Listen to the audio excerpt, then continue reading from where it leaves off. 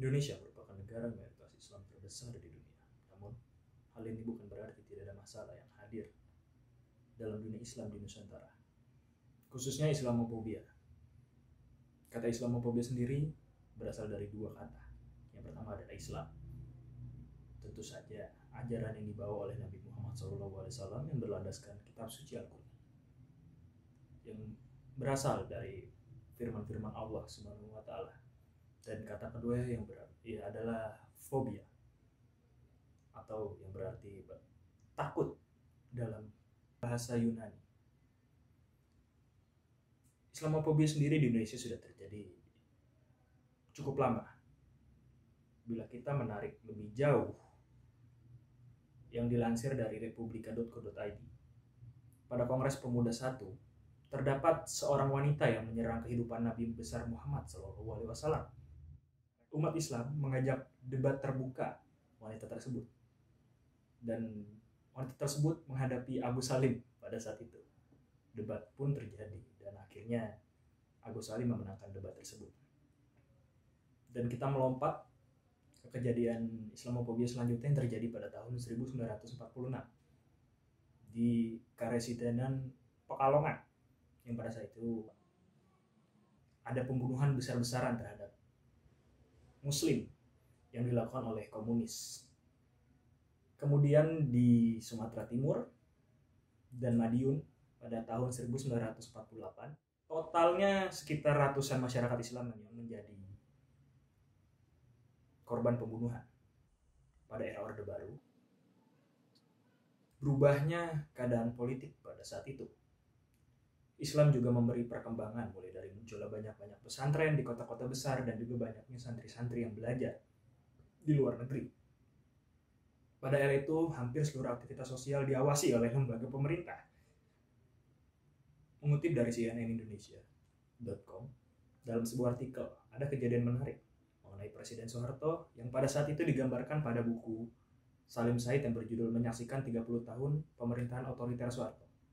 Di dalam buku itu menggambarkan pertemuan di markas Kostrad yang dihadiri oleh Soeharto sendiri, Sekretaris Jenderal Partai Katolik Heri Silalahi, dan pengurus Ketua Besar Nahdlatul Ulama Subhan. Kejadian menarik terjadi pada saat Subhan menyampaikan rencana aksi massa berikutnya diiringi dengan kata insya Allah. Soeharto pun merespon, mengapa harus pakai kata insya Allah? Perkataan ini menuai banyak kontroversi di masyarakat. Hingga akhirnya pada tanggal 7 Desember 1990, Presiden Soeharto memberi persetujuan terkait berdirinya Ikatan Cendekiawan Muslim se-Indonesia atau yang disingkat ICMI, yang dimana anggota-anggotanya berasal dari kalangan pegawai pemerintah dan tokoh-tokoh Islam di dalamnya. Terdapat tokoh-tokoh yang mengkritik pula Orde Barunya Soeharto pada saat itu. Menurut pandangan beberapa ahli, cara ini cukup menarik karena kebijakan Presiden Soeharto yang menangani permasalahan dalam dunia Islam beralih ke masa kepresidenan Abdurrahman Wahid atau yang biasa dikenal dengan Gus Dur. Pada masa ini, Gus Dur mengenalkan suatu konsep yang bernama pluralisme, yang diambil dari kata plural, yang berarti beragam, dan isme yang berarti paham. Konsep ini dibilang cukup menarik, dan banyak juga pada saat itu yang menganut konsep ini. Secara sederhana, pluralisme menjelaskan toleransi dan keberagaman kepemikiran, peradaban, agama, dan budaya. Pada era 2000-an, Indonesia dilanda serangkaian teror, diantaranya adalah kasus bom Bali, bom JW Marriott, dan beberapa penyergapan teroris, dan juga aksi teror yang terjadi pada tahun 2000-an. Media kerap kali menaikkan berita tersebut dan menganggap rangkaian peristiwa teroris tersebut adalah musuh bersama bagi bangsa ini. Tetapi sangat disayangkan, media menaikkan berita tersebut dengan memasukkan kata Islam di dalamnya, sehingga ketakutan masyarakat di Indonesia, khususnya non-muslim, semakin besar pada saat itu. Dapat dikatakan Islamofobia di Indonesia sendiri tidak dapat dipisahkan dari peran media. Media di Indonesia cenderung menyajikan berita-berita yang tidak berimbang, sehingga muncul stigma atau stereotip pada masyarakat.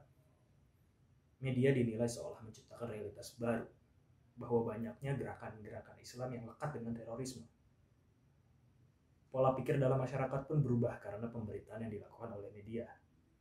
Terlebih lagi citra Islam di dunia pun terkesan buruk karena peristiwa 9/11 di Amerika Serikat pada tahun 2001. Kita agak sedikit maju ke depan pada tahun 2016, yaitu pada saat demonstrasi besar-besaran yang terjadi di Jakarta, di mana fokus dari demonstrasi besar-besaran itu adalah menuntut pertanggungjawaban dari Basuki Cahayapurnama, yang dimana masih menjabat sebagai Gubernur DKI Jakarta pada saat itu.